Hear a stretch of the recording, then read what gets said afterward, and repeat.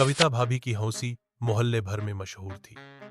हमेशा रंग बिरंगे कपड़े पहनना, माथे पर बड़ी सी बिंदी लगाना और हाथों में खनकती चूड़ियां, यही उनकी पहचान थी।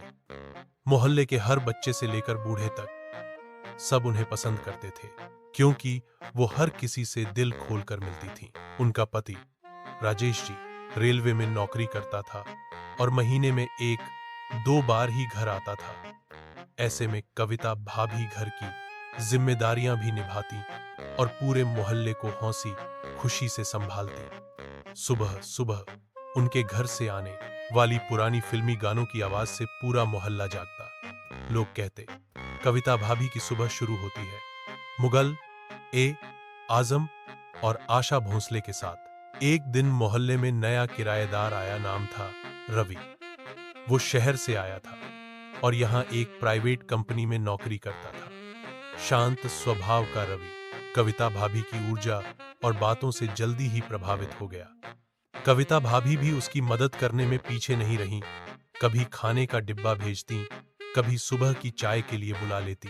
धीरे धीरे रवि और कविता भाभी के बीच एक दोस्ती सी बन गई। भाभी के चेहरे पर हर वक्त मुस्कान और रवि की आंखों में एक अलग चमक दिखने लगी। मोहल्ले की औरतें कानाफूसी करने लगी, कुछ तो चल रहा है।